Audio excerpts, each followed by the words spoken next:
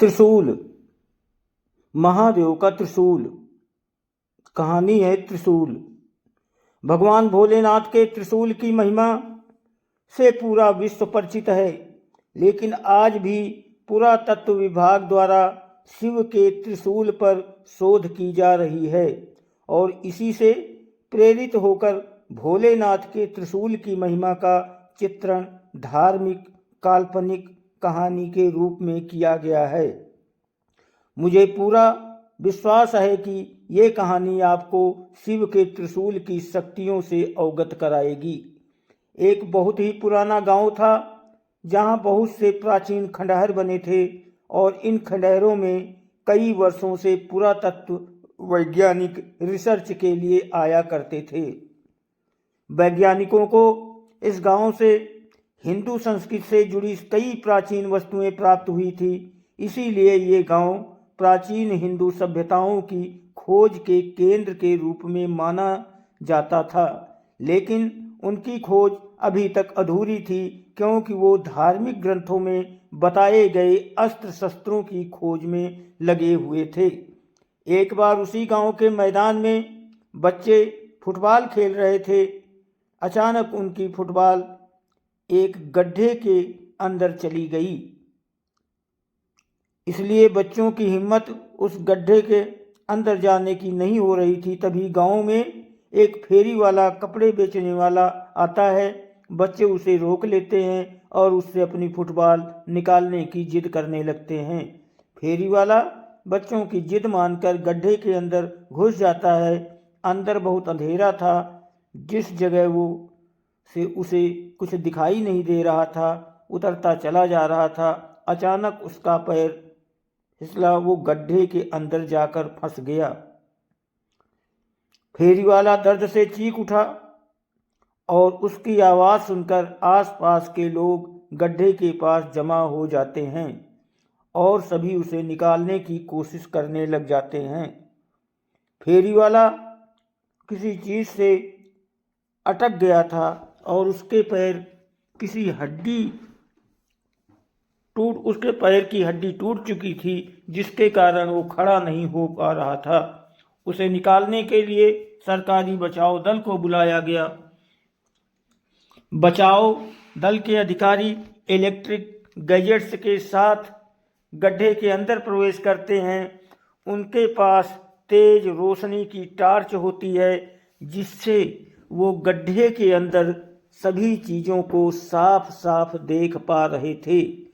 और जितने नीचे उतरते जा रहे थे, उतना उन्हें सांस लेने में परेशानी हो रही थी। जैसे ही वो फेरी वाले के पास यानी करीब पहुंचते हैं, फेरी वाला एक बहुत बड़े लोहे के स्तंभ में फंसा होता है।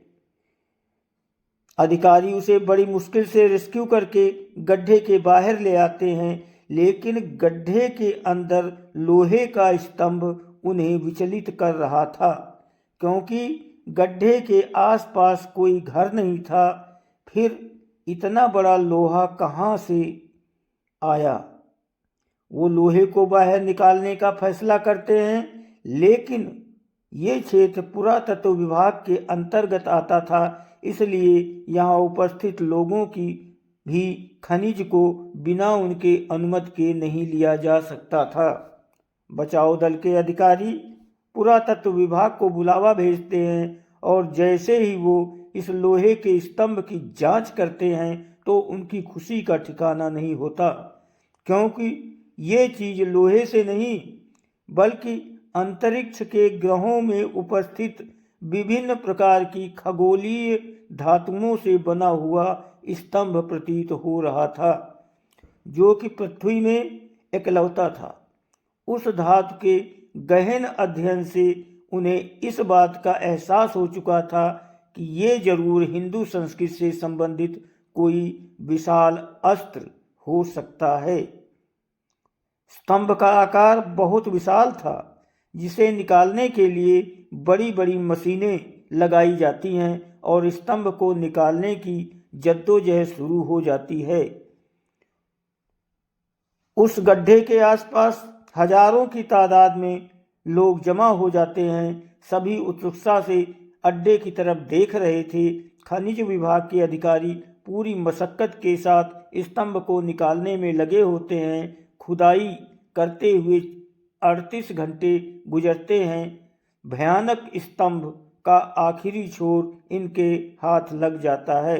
हाइड्रोलिक मशीन की सहायता से स्तंभ को बाहर खींचा जाता है। वहां उपस्थित लोग जय भोलेनाथ के नारे लगाते लगते हैं, क्योंकि ये स्तंभ भोलेनाथ के त्रिशूल की तरह प्रतीत हो रहा था, जिसकी पुष्टि पुरातत्व वैज्ञानिकों द्वारा की जाती है। वैज्ञानिकों के हाथ में बहुत बड़ी सफलता लगती है, क्योंकि वो हिंदू संस्कृति के प्रतीकों का शोध कई वर्षों से कर रहे थे और उन्हें आज तक इतना बड़ा जीता जागता उदाहरण नहीं मिला था। लेकिन आज उनकी ये खोज पूरी हो चुकी थी। त्रिशूल को अनुसंधान केंद्र में ले जाया जाता है। त्रिशूल मिलने की खबर से पूरे विश्व में जिज्ञासा पैदा हो चुकी थी।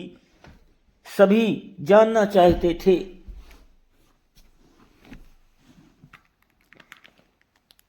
भोलेनाथ का है, सामान्य ढांचा है। त्रिशूल की रिसर्च करने के लिए कई देशों के वैज्ञानिकों को आमंत्रित किया जाता है। सभी अपने स्तर से त्रिशूल की कई पैमानों से जांच करते हैं और जब फाइनल रिपोर्ट आती है तो वैज्ञानिकों में खुशी की लहर दौड़ पड़ती है, क्योंकि ये हजारों वर्ष पुराना भोलेनाथ का ही त्रिशूल लग रहा था। क्योंकि इससे जुड़ी जानकारियां इस बात को प्रमाणित कर रही थी कि ये पृथ्वी में उपस्थित किसी भी धातु से नहीं बना था, बल्कि अंतरिक्ष में उपस्थित विभिन्न प्रकार की चट्टानों के मिश्रण से इसका निर्माण हुआ था, जो कि अपने आप में अद्भुत अकल्पनीय था। वैज्ञानिक त्रिशूल मिलने की खुशियां प्राकृतिक वातावरण बदलने लगता है। गर्मी की तरफ जोरदार बारिश प्रारंभ हो जाती है। मौसम विभाग की जानकारी के अनुसार वर्षा अनिश्चित कारणों की वजह से प्रारंभ हुई थी, जिसके बारे में मौसम विभाग को कोई जानकारी नहीं लग रही थी। और तो और सैटेलाइट से भी बारिश से संबंधित कोई संकेत प्राप्त नहीं हो रहा था। वैज्ञानिकों में उथल पुथल मच चुकी थी, क्योंकि ऐसा पहली बार हुआ था कि प्राकृतिक घटनाओं का अवलोकन परेशानी हो रही थी। उन्हीं वैज्ञानिकों में से एक और भी थे जो धार्मिक ग्रंथों की जानकारी रखते थे।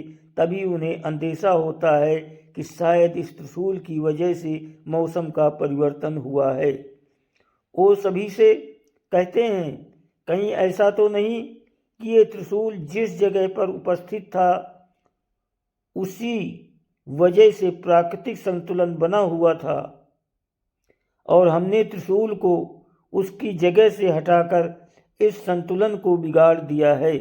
भारतीय वैज्ञानिक की वजह से त्रिशूल के बारे में बहुत सी जानकारियां इकट्ठी हुई थी, इसीलिए सभी वैज्ञानिक इनकी इस बात को गंभीरता से लेते हैं और त्रिशूल को वापस उसी जगह ले जाने का फैसला करते हैं जहां से वो इसे निकाल कर लाए थे और दोबारा मशीनों की मदद से त्रिशूल को उठाने का प्रयास किया जाता है। लेकिन त्रिशूल का वजन बढ़ चुका था और बड़ी बड़ी मशीनों से भी त्रिशूल को हिला पाना संभव नहीं हो पा रहा था। वैज्ञानिक चिंतित हो जाते हैं। उन्हें कुछ समझ में नहीं आ रहा था, क्योंकि ये त्रिशूल इन्हीं मशीनों की मदद से लाया गया था और अब ये हिलने का नाम नहीं ले रहा।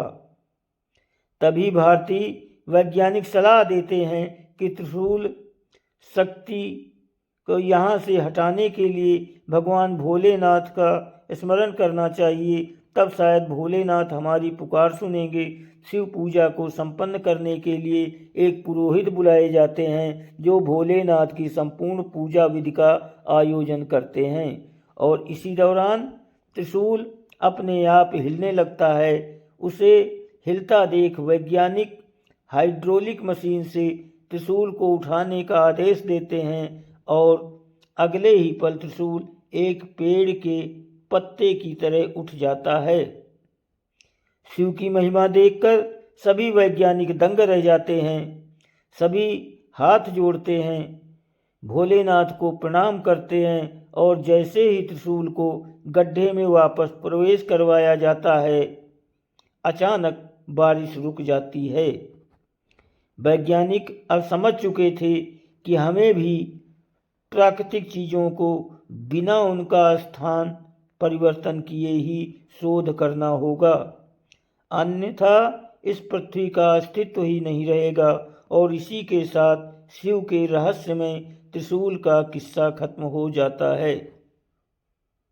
दोस्तों, वीडियो को लाइक और सब्सक्राइब करें, आपकी बहुत मेहरबानी होगी। आप सभी को बहुत बहुत धन्यवाद। दोस्तों, कर दिया करो लाइक सब्सक्राइब। धन्यवाद।